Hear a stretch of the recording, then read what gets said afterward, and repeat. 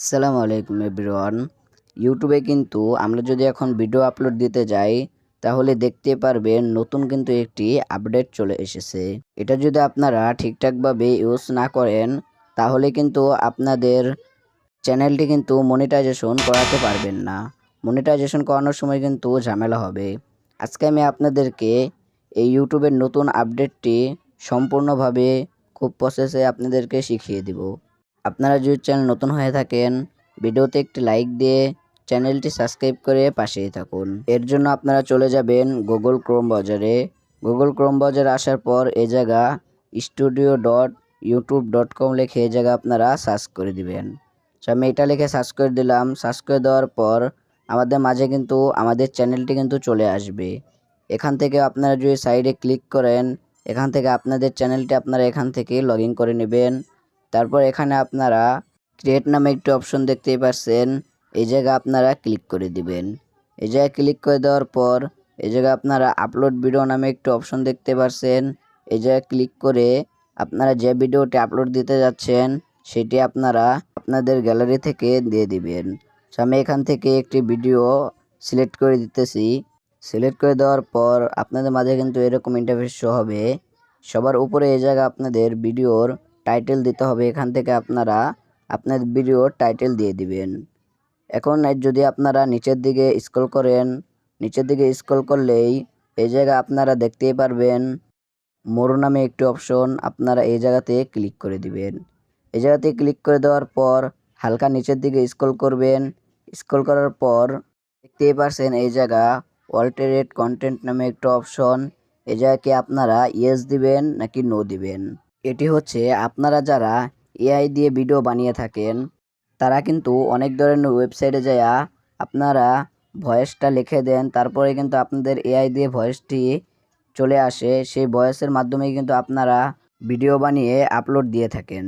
যারা আপনারা এই ধরনের ভিডিও বানান তারা আপনারা এখান থেকে ইয়েস দিয়ে দিবেন। এখান থেকে যদি আপনারা ইয়েস না দেন তাহলে কিন্তু আপনাদের চ্যানেলটি কিন্তু মনিটাইজেশন হবে না।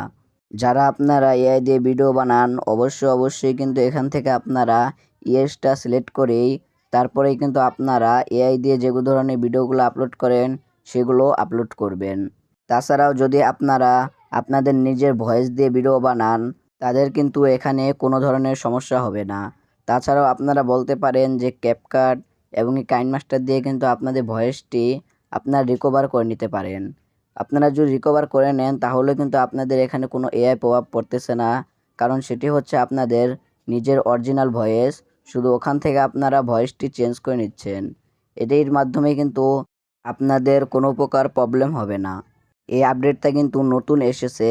এখন আপনারা অনেকেই বলতে পারেন যে আমরা যেগুলা পুরাতন ভিডিও আপলোড করেছি এআই এর মাধ্যমে ওগুলা আমরা কিভাবে সেট করে নেব। এই প্রসেসটাও আমি আপনাদেরকে দেখিয়ে দিতেছি। এই দেখেন এই জায়গা আপনারা আপনাদের ভিডিও লিস্ট পেয়ে যাবেন। এখান থেকে আপনারা যে ভিডিওটি আপনারা এআই দিয়ে তৈরি করেছেন সেই ভিডিওটি এখান থেকে সিলেক্ট করে নেবেন। সিলেক্ট করে নেওয়ার পর আপনাদের মাঝে কিন্তু এরকম ইন্টারফেস শো হবে। আপনারা নিচে খেয়াল করলেই দেখতে পারছেন মোর নামে একটি অপশন, আপনারা এই জায়গাতে ক্লিক করলেই এই জায়গায় কিন্তু আপনারা ওই অপশনটি কিন্তু এখান থেকে পেয়ে যাবেন।